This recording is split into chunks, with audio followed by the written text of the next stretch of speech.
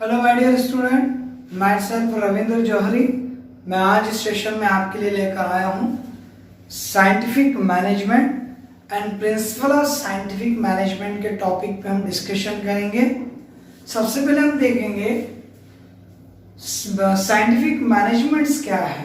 हमने मैनेजमेंट्स के बारे में देखा कि किसी कार्य को हम व्यवस्थित तरीके से बेटर टू बेटर अगर कैसे कर सकते हैं, वो मैनेजमेंट है। एक किसी एक्टिविटीज को प्रॉपरली प्रोसेस के द्वारा कंप्लीट करना, अपने ऑब्जेक्ट को अचीव करना मैनेजमेंट है।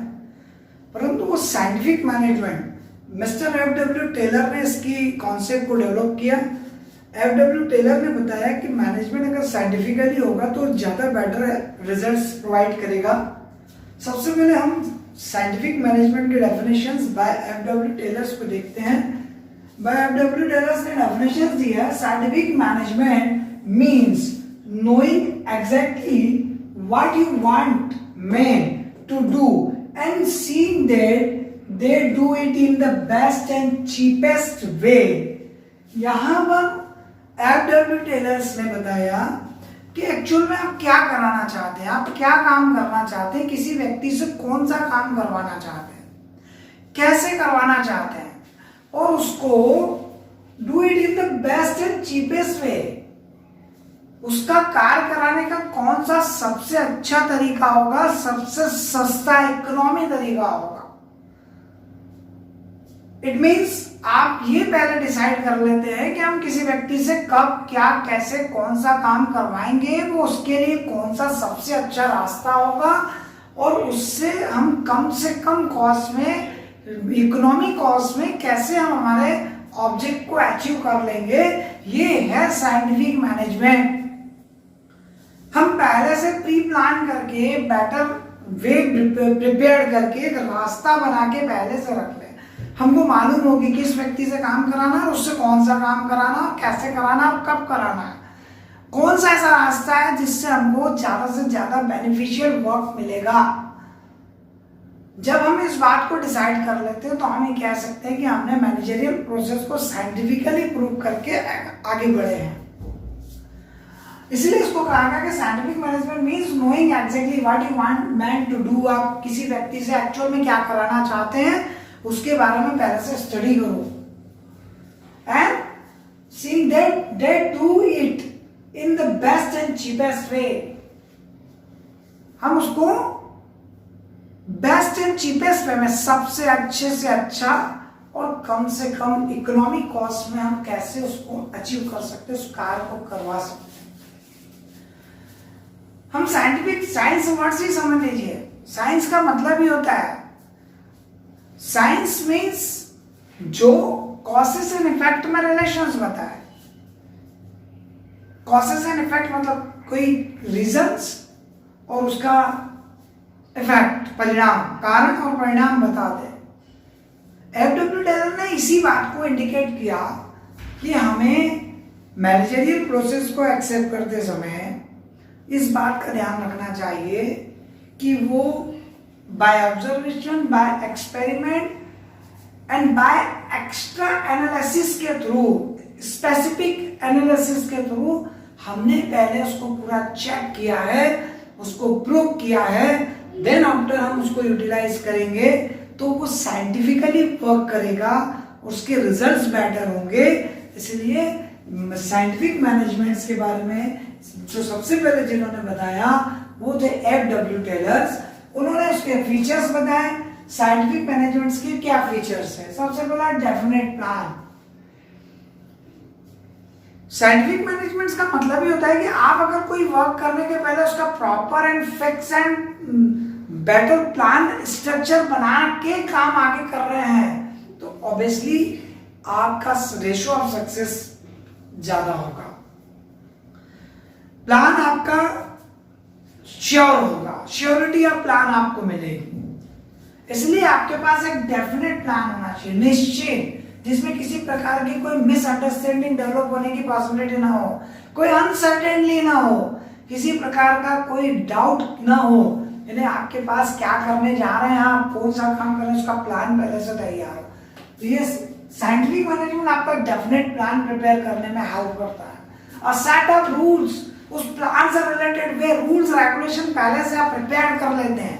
साइंटिफिक मैनेजमेंट आपको हेल्प करता है to prepare specific rules and regulation related to your object, related to your goal, related to your plan।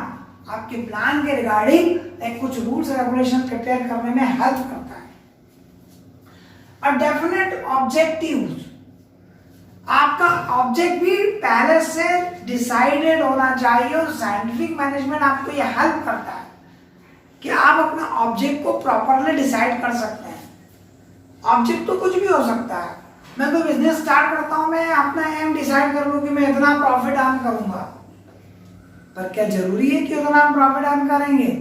उसके लिए सबसे पहले हमको ये देखना पड़ेगा कि क्या हमारा जो बिजनेस प्लान है वो उस ऑब्जेक्ट के रिगार्डिंग है जो हम ऑब्जेक्ट डिसाइड कर रहे हैं। इसका मतलब ये हुआ कि आपको पहले साइंटिफिकली एनालिसिस करके देखना पड़ेगा कि आप जो ऑब्जेक्ट डिसाइड कर रहे हैं वो ऑब्जेक्ट आपके वर्क प्लान के साथ मेल खा रहा है या नहीं खा रहा, और इसमें हमको साइंटिफिक मैनेजमेंट हेल्प करेगा।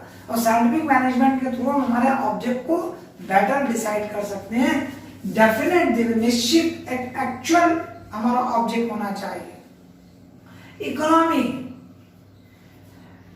साइंटिफिक मैनेजमेंट आपके कार्य को, आपके जो टास्क है, आपकी जो जॉब है, आपका वो जो वर्क है, उसको लो कॉस्ट में, मिनिमम कॉस्ट में मैक्सिमम रिटर्न के रूप में कन्वर्ट करने में हेल्प करता है।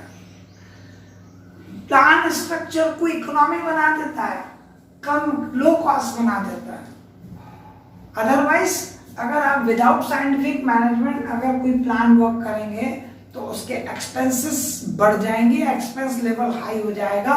फाइनेंशियल बर्डन को रिड्यूस करने का काम करता है scientific management. Increase in efficiency, obviously अगर प्रूफ प्लान है, साइंटिफिकली एनालिसिस प्लान है, आप किससे कौन सा कार्य कराना है, कैसे कराना है, स्पेशल स्किल्स पर्सन अगर आपके पास है, तो ऑब्वियसली पहले से ही हमको मालूम है कि किस व्यक्ति को हमने कैसा ट्रेन किया हुआ है, किस व्यक्ति को किस कार्य के लिए जो रिक्वायर्ड पर्सन है, जिसके पास हमारे रिक्वायर्ड स्किल्स है, हम उसी को वो काम वर्क असाइन कर रहे हैं। तो ऑब्वियसली आपकी वर्किंग एफिशिएंसी बढ़ेगी, वर्कर्स की, मैनेजर्स की, ओवरऑल मैनेजरियल स्ट्रक्चर्स की वर्किंग एफिशिएंसी इंक्रीज होगी, बिकॉज आप साइंटिफिकली मैनेजमेंट का यूज कर रहे हैं। इट मीन प्रूफ प्लान का यूज कर रहे हैं, definite object and definite plan के साथ काम कर रहे हैं, तो वर्किंग एफिशिएंसी तो ऑटोमेटिकली बढ़ेगी। बिकॉज किसी प्रकार का कोई डिस्टर्बमेंट, किसी प्रकार का कोई डिस्प्यूट, किसी प्रकार का कोई डाउट नहीं है। विदाउट डाउट अगर वर्क होगा तो ऑब्वियसली वर्किंग एफिशिएंसी इंक्रीज होगी। Mental revolution, mental revolutions means मानसिक क्रांति। वर्कर्स, मैनेजमेंट, सबको ये बात समझ में आ जानी चाहिए कि हम जो काम कर रहे हैं उसमें सबका आपस में एक दूसरे के साथ मिलकर काम करना है, एक दूसरे के प्रति रिस्पॉन्सिबिलिटी को बियर करना है, लाइबिलिटीज को बियर करना है। यहाँ पर हमको न्यू आइडियाज, न्यू इनोवेशंस के साथ काम करना है। साइंटिफिक मैनेजमेंट्स आपके पूरी मेंटल रिवॉल्यूशंस कर देता है, मतलब दिमाग को पूरा एक्सचेंज करने का काम करता है, माइंड में ऐसे थॉट्स डेवलप कर देता है जिससे आप ज़्यादा से ज़्यादा better to better work place पर अपनी एफिशिएंसी को शो करके अपना काम को बेटर कर सकते हैं। आपकी जो अचीवमेंट है वो हाईएस्ट होगी, आपके रिजल्ट्स हाईएस्ट होंगे अगर आप साइंटिफिकली वर्क करेंगे। मेंटल रिवॉल्यूशंस का मतलब ही होता है कि किसी नई टेक्नोलॉजी को एक्सेप्ट करने की पॉसिबिलिटी को डेवलप करना, किसी नए आइडियाज को एक्सेप्ट करने की पॉसिबिलिटी को डेवलप करना, जो एक न्यू एनालिसिस हो रहा है, नया इनोवेशंस हो रहा है एटमॉस्फेयर में, वो सबको हम एक्सेप्ट करें। जो न्यू सर्कमस्टेंसेस डेवलप होते हैं, जो न्यू क्राइसिस आती है, उन क्राइसिस के रिगार्डिंग अपने आप को हम प्रिपेयर कर सकते हैं। ये मेंटल रिवॉल्यूशंस का मतलब ही होता है कि आप अपने आप को सभी तरह से प्रिपेयर रखते हैं, और उसके लिए जरूरी है साइंटिफिक मैनेजरियल एक्टिविटीज को डेवलप करना। साइंटिफिक एनालिसिस एंड एक्सपेरिमेंट,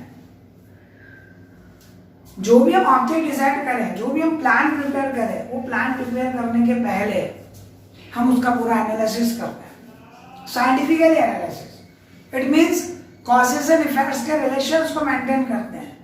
हम पहले उसका एनालिसिस करके रिजल्ट्स फाइंड करते हैं, उसके इफेक्ट्स को देखते हैं, देन आफ्टर हम इसका एक्सपेरिमेंट करते हैं, री एक्सपेरिमेंट करते हैं। एक्सपेरिमेंट करने के बाद हमको पता लगता है कि इस वर्क को इस तरीके से करने से इसके ये इफेक्ट पड़ते हैं, इसके ड्रॉबैक्स ये हैं, इसकी पॉजिटिविटी ये है, इसकी नेगेटिविटी ये है।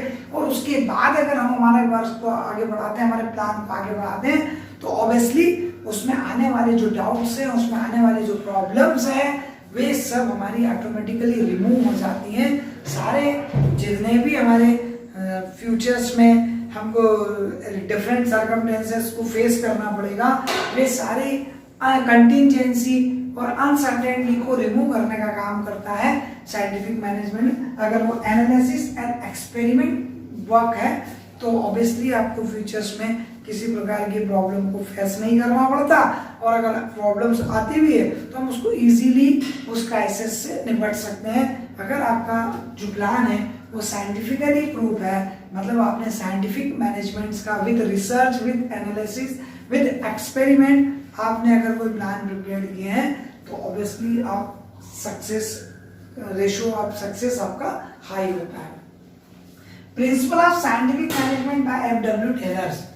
Mister F W. टेलर्स ने भी कुछ अपने प्रिंसिपल्स दिए हैं, जैसे मिस्टर हेनरी फेयल ने 14 प्रिंसिपल ऑफ मैनेजमेंट दिए, ऐसे ही principle of scientific management by F W. Taylor's ने भी दिए हैं, जिसमें हम कुछ उनके इंपॉर्टेंट प्रिंसिपल्स पे डिस्कशन करते हैं। सबसे पहले आप देखो, science not rules of thumb. उन्होंने सबसे पहला जो प्रिंसिपल डिसाइड किया वो है कि प्रिंसिपल ऑफ मैनेजमेंट ये साइंस है, not a rule of thumb. Science not a rule of thumb का मतलब ये है कि हम जो रूढ़िवादी परंपराएं, एंशियंट कॉन्सेप्ट पे काम करते आ रहे हैं, जो परंपराएं हमारी कन्वेंशनल चले आ रहे हैं, उसको बदलना है। अब जो न्यू एटमॉस्फेयर डेवलप हुआ है, टेक्नोलॉजिकल एटमॉस्फेयर को अडॉप्ट करना है। पहले होता था कि बिजनेसमैन जो है, बिजनेसमैन के बच्चे बिजनेस कर लेते थे, अब बिजनेस करना भी सीखा जा सकता है। पहले ट्रेडर के बच्चे को ट्रेडिंग करना आसानी से आ जाता था, अब नॉन ट्रेडर का बच्चा भी ट्रेडिंग करना सीख सकता है। बाय प्रोफेशनलिज्म डेवलप करके हम वे जितनी भी पुरानी ओल्ड परंपराएं हैं उनको रिमूव करें और नए थॉट्स डेवलप करें, न्यू इनोवेशंस को अडॉप्ट करें, टेक्नोलॉजिकल चेंजेस लाएं। ये इसमें है, इसका मतलब मैनेजमेंट ऑफ साइंस है। अब इसमें भी एक्सपेरिमेंट किए जा सकते हैं, इसमें भी बाय एनालिसिस आप किसी भी प्लान को प्रिपेयर करके इम्प्लीमेंटेशंस कर सकते हैं। हार्मनी नॉट डिस्कार्ड, ऐसे रिलेशंस मेंटेन करके वर्क को स्टार्ट किया जाए जहां पर एक कोऑर्डिनेट रिलेशन डेवलप हो, आसानी से हम सभी बातों को एक्सेप्ट करें, किसी भी प्रकार का कोई डिस्प्यूट डेवलप ना करें, ऐसे संबंध मेंटेन ना हो कि जिससे मतलब मैत्रीपूर्ण रिलेशन में काम हो, सबकी बात सुने, सबके प्लान को हम एक्सेप्ट करें, लोगों के थॉट्स ले, हमारे वर्कर्स, हमारे एम्प्लॉयज, हमारे मैनेजर्स है उनको इन्वॉल्व करें, उनके थॉट्स ले अपनी प्लानिंग में उनको भी इन्वॉल्व करके उनकी ओपिनियंस को हम एक्सेप्ट करें और उनको मैनेजमेंट एक्टिविटीज में इन्वॉल्व करें। ये है हार्मनी नॉट डिस्कॉर्ड्स। मतलब पहले क्या होता था, ऑनर ने जो डिसीजन ले लिया वो फाइनल, वर्करों से कुछ नहीं पूछा जाता था। अब ऐसा नहीं है, वर्करों से भी पूछा जाता है, एम्प्लॉयज से बात की जाती है, मैनेजर से बात की जाती है, सभी से अपने अपने ओपिनियंस लिए जाते हैं और उसके बाद एक बिजनेस प्लान बनता है। इसलिए harmony not Discord, cooperation not individualism, group work, group effort से काम करना है, with coordinate, each workers, management workers and employees are a member of firm. जितने भी आपके मैनेजर्स हैं, आपके वर्कर्स हैं, वे सब फर्म के मेंबर्स हैं, बिजनेस के मेंबर्स हैं। उन सबको साथ एक कोऑपरेशन के साथ, विद कोऑर्डिनेशन के साथ वर्क किया जाए। किसी पर्टिकुलर इंडिविजुअल पर्सन के बेनिफिट्स को या उसके प्रमोशंस को ध्यान में नहीं रखना, उसको प्रमोट करना, उसको एनकरेज करना और बाकी को छोड़ देना, ये फीलिंग्स के साथ अब काम नहीं होगा। साइंटिफिक मैनेजमेंट्स में ये बात को नोटिस किया जाएगा कि विद कोऑपरेट वर्क होना चाहिए, ग्रुप बेनिफिट्स को ध्यान दिया जाना चाहिए। इंडिविजुअलिज्म मतलब किसी इंडिविजुअल के बेनिफिट्स के लिए काम नहीं होगा। इट मीन्स इसको ऐसे भी हम कह सकते हैं कि जो प्रॉफिट कमाएंगे वो सबके लिए कमाएंगे, जो बेनिफिट्स होगा सबके लिए होगा, लाइबिलिटीज होगी तो सबकी ड्यूटीज है, सबके राइट्स है, सबके तो रिस्पॉन्सिबिलिटी भी सबकी है। सबको मोटिवेट किया जाए, सबको एनकरेज किया जाए एंड सबके बेनिफिट्स के लिए काम किया जाए। ऐसे प्लान वर्क में हम काम करें जो कोऑर्डिनेशंस को डेवलप करें, आपस में smooth and better relation maintain करने पर ध्यान दें। Scientific selection, training and development of workman. हमारे एम्प्लॉइज है, हमारा जो लेबर है, हमारे जो वर्कर्स है, हमारे जो मैनेजर्स है, उनको प्रॉपर उनका सिलेक्शन उनकी स्किल्स एंड एबिलिटी के रिगार्डिंग किया जाए। किस कार्य के लिए कौन एबल है, किसके पास किस टाइप की स्किल्स है, उसके रिगार्डिंग उसको ट्रेनिंग दी जाए, उसके रिगार्डिंग उसको डेवलप किया जाए। जब उस वर्कर्स को, उस लेबर्स को, उस एम्प्लॉइज को, उस मैनेजर्स को हम उसकी स्किल्स एबिलिटी के रिगार्डिंग उसको ट्रेन करेंगे, उसको डेवलप करेंगे और देन आफ्टर उसको उसकी चॉइस के रिगार्डिंग वर्क प्रोवाइड करेंगे, obviously better to better results मिलेंगे, प्रोडक्टिविटी बढ़ेगी, प्रॉफिट कैपेसिटी बढ़ेगी, वर्किंग एफिशिएंसी बढ़ेगी। ये डिपेंड करेगा कि वो जो साइंटिफिकली हमने जिस वर्कर का सिलेक्शन किया है उसको प्रॉपर दिया है, ट्रेनिंग दी है, उसको प्रॉपर उसका डेवलपमेंट किया गया है, तो ऑब्वियसली उसमें एक वर्क करने के लिए इंटरेस्ट भी डेवलप होगा, उसकी एफिशिएंसी एक्स्ट्रा एफिशिएंसी डेवलप होगी, वो with efficiency and with effectiveness work करेगा और ये पूरे ओवरऑल बिजनेस के लिए बेनिफिशियल